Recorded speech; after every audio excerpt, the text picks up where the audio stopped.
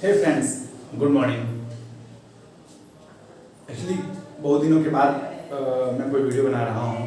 10-15 दिन के बाद एक्चुअली पीसीएस एग्ज़ाम होने की वजह से काफ़ी व्यस्त था, जिसकी वजह से मैं वीडियो नहीं बना पाया। इसके लिए मैं आप लोगों से माफ़ी मांगता हूँ।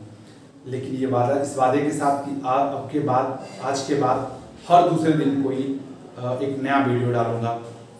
हम लोग अलाउद्दीन खिलजी को पढ़ रहे थे।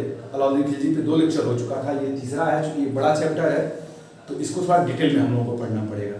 एक और रिक्वेस्ट है आप लोगों से, अगर आपने हमारे चैनल को सब्सक्राइब नहीं किया है तो प्लीज़ इसे सब्सक्राइब करिए, अपने दोस्तों अपने मित्रों के साथ शेयर करिए, जिससे आप दोनों का फायदा होता रहे।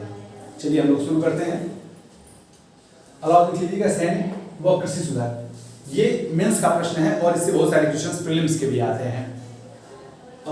यहाँ सैनिक सुधार हमने लिखा और ये भू राजस्व और कर प्रणाली अलाउद्दीन की है। चलिए हम लोग देखते हैं, शुरू करते हैं। अलाउद्दीन कहा जाता है कि वो प्रथम सुल्तान था जिसने सिर्फ केंद्रीय सेना रखी।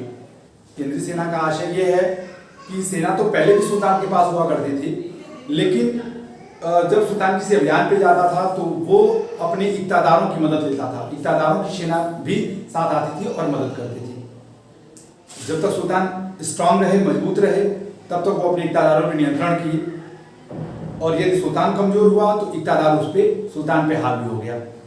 तो सल्तनत काल में हम देखेंगे कि इक्ता, अमीर वर्ग और सुल्तान में इस तरह से संघर्ष चलता रहता है। लेकिन अलाउद्दीन एक ऐसा शासक था जिसने अपने इक्तादारों पे प्रभावी नियंत्रण स्थापित किया। इसकी सैन्य सुधार के बारे में, इसकी सेना के बारे में फरिश्ता लिखता है कि वो उसकी सेना में 4,75,000 अश्वरोही थे, घुड़सवार थे।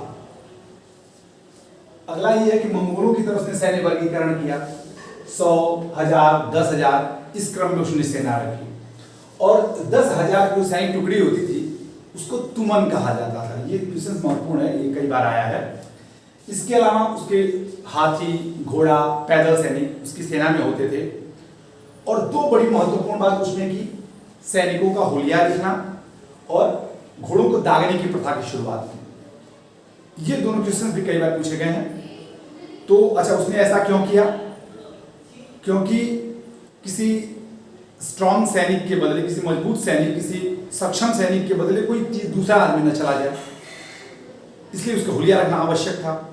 अच्छा, उसके अलावा घोड़े को भी अच्छी नस्ल के अरबी घोड़े रखे जाते थे, तो उसकी स्थान पे कोई दूसरा घोड़ा ना चला जाए, इसके लिए उसने घोड़े को पहचानने के लिए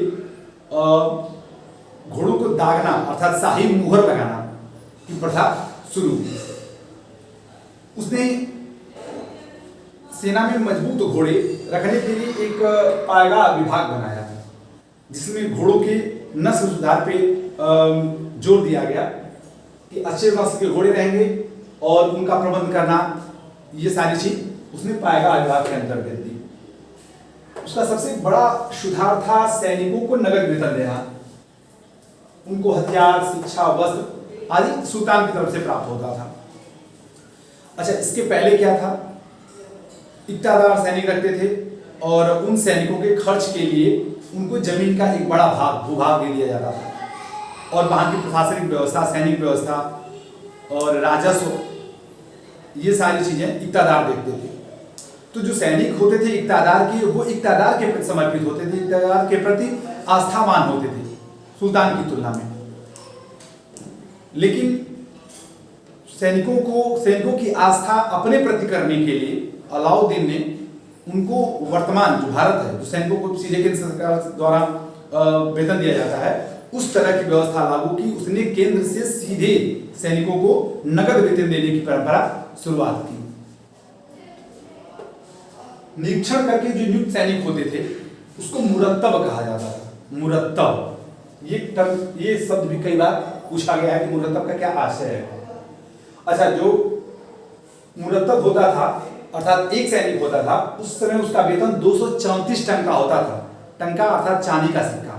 234 टंका वार्षिक उसको वेतन मिलता था। और उसके साथ इस सैलरी के साथ वो एक घोड़ा रखना उसके लिए अनिवार्य था। लेकिन एक घोड़े के अतिरिक्त अगर एक घोड़ा और वो रखता था, अर्थात 2 घोड़े रखता था, तो उसके बदले उसको 78 टन का वार्षिक और दिया जाता था घोड़े रखने के लिए, अर्थात 312 234 उसका अपना वेतन प्लस एक घोड़े के लिए 18 टन का, दोनों मिला के 312 टन का वार्षिक उसको 2 घोड़े रखने पे दिया जाता था। ये थे अलाउद्दीन के महत्वपूर्ण सैन्य सुधार। अच्छा, इतनी बड़ी सेना रखने के लिए उसे पैसे की आवश्यकता थी, खर्च मेंटेन करने की आवश्यकता थी, जिससे सैनिक संतुष्ट हैं कम से कम सैलरी में।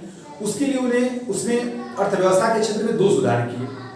एक तो उसने कृषि व्यवस्था, भू राजस्व और कर प्रणाली में सुधार की, और दूसरा सुधार उसने बाजार व्यवस्था की। ये दोनों क्वेश्चन बहुत महत्वपूर्ण है। तो हम लोग भू राजस्व और कर प्रणाली अभी पढ़ेंगे, अगले लेक्चर में मैं उसको बताऊंगा कि उसने बाजार नियंत्रण व्यवस्था कैसे की, उसकी बाजार नियंत्रण व्यवस्था कैसे थी। भू राजस्व के क्षेत्र में अलाउद्दीन पहला सुल्तान था जिसने वित्तीय भू राजस्व सुधार में रुचि। कहा जाता है कि भूमि की पैमाइश को मसाहत कहा जाता था। भूमि की पैमाइश करा के उसने राजस्व निर्धारित किया, कर निर्धारण किया। सभी भूमि, इसके पहले जो सभी विभिन्न तरह की दान दी गई भूमियां थी, जैसे मिल्क, इनाम, वक्फ, उन सब को वापस ले लिया और लेकिन उसने खालसा भूमि में मिला ली, अर्थात सुल्तान की भूमि में मिला ली, जिससे सुल्तान की आर्थिक क्षमता मजबूत हो सके और दान में ली गई जो विभिन्न सुविधाओं से प्राप्त लोग थे उनके अधिकारों को उसने कटौती की, इनके विशेषाधिकार को उसने समाप्त कर दिया। अच्छा, वंशानुगत लगान एकत्र करने वाले थे खुद मुकद्दम, चौधरी, खुद अर्थात जमींदार, मुकद्दम अर्थात मुखिया, और चौधरी बलाहार किसान कहा जाता था। ये भी टर्म कई बार पूछा गया है। मुकद्दम एक अरबी शब्द था, अरबी शब्द है। मुकद्दम अर्थात होता है अग्रगण्य व्यक्ति या अगुआ। तो ये चूंकि हिंदू हुआ करते थे और ये इनका वंशानुगत अधिकार था कि राजस्व इकट्ठा करेंगे और इकट्ठा का एक हिस्सा अपने पास रख लेंगे। लेकिन अलाउद्दीन ने कहा नहीं, चाहे छोटा किसान हो या बड़ा किसान हो, सब लोग कर देंगे और किसी भी व्यक्ति को दूसरे का शोषण करने का अधिकार नहीं है, क्योंकि किसान पैदा करे और जमींदार उसका एक हिस्सा बैठे बैठे ले ले। उसने उनके विशेषाधिकारों को समाप्त कर दिया और कर एकत्र करने के लिए उसने एक आमिल नामक अधिकारी की नियुक्ति की, सीधे केंद्र द्वारा नियुक्त किया और सरकारी सिस्टम से उसने कर एकत्रित करना आरंभ किया। गुमास्ता उसका मददगार होता था और इन दोनों की नियुक्ति की कि वो सीधे कृषक से या किसान से कर वसूल करेगा।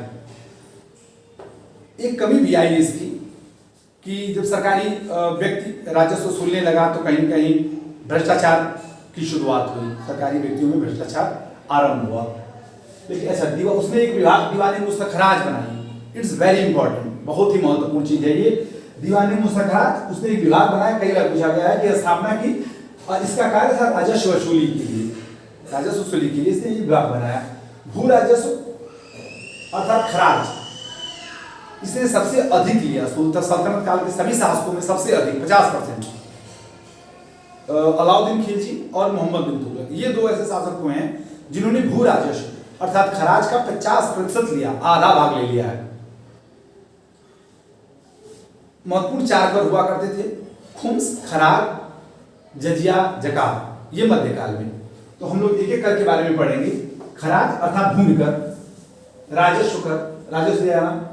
खुम्स होता था लूट कर, जब कोई सेना किसी नए क्षेत्र पे आक्रमण करती थी तो वहां से सेना द्वारा बहुत सारी चीजें वहां की जनता से लूटा जाता था और उस लूट को हम खुम्स कर कहते हैं, खुम्स। अच्छा, उस लूट कर का 20% अर्थात 1/5 भाग सुल्तान का होता था और 4/5 भाग अर्थात 80% सैनिकों में बांट दिया जाता था। लेकिन अलाउद्दीन खिलजी और मोहम्मद बिन तुगलक इन दोनों ने खुम्स का अर्थात लूट कर का सिर्फ 20% अर्थात 1/5 भाग सैनिकों में बांटा और 4/5 भाग अर्थात 80% स्वयं रखा। इसको लेके बहुत सारे विद्रोह भी होते हैं। अलाउद्दीन 4/5 भाग 80% सुल्तान लिया। अच्छा, एक कर होता था जकात आज भी मुस्लिमों में ये है कि ज़कात अर्थात मुस्लिमों से लिया जाने वाला कर वो एक धार्मिक कर था और कहा गया है कि प्रत्येक मुसलमान को अपनी आय का 2.5% अर्थात 40वां हिस्सा दान कर दिया जाता है और यही इसी को ज़कात कहते थे। और ये जो पैसा इकट्ठा होता था उनके धार्मिक कार्यों के लिए खर्च किया जाता था, इसको ज़कात कहते हैं। अलाउद्दीन खिलजी ने 2 अन्य कर लगाए जिनको गढ़ी या घरी कर मकान पे और चरी अर्थात चारागाहों पे कर लगाया। चारागाहों अर्थात दूध देने वाले पशुओं पर भी उसने कर लगाए और अलाउद्दीन ने यह निर्धारित किया कि किस किसान के पास, किस व्यक्ति के पास कितने पशु रहेंगे। उसने गाय, भैंस, बकरी सारी चीजों की संख्या निर्धारित की। इस तरह से इनका भू राजस्व और कर घटाया। आगे देखेंगे कि ये सारे सुधार उसने सेना को मैनेज के लिए किया, अपनी अर्थव्यवस्था को कंट्रोल करने के लिए, अर्थव्यवस्था कंट्रोल करने के लिए उसने एक अन्य बड़ा सुधार किया, बाजार व्यवस्था, जिसको हम लोग अगले लेक्चर में पढ़ेंगे। धन्यवाद।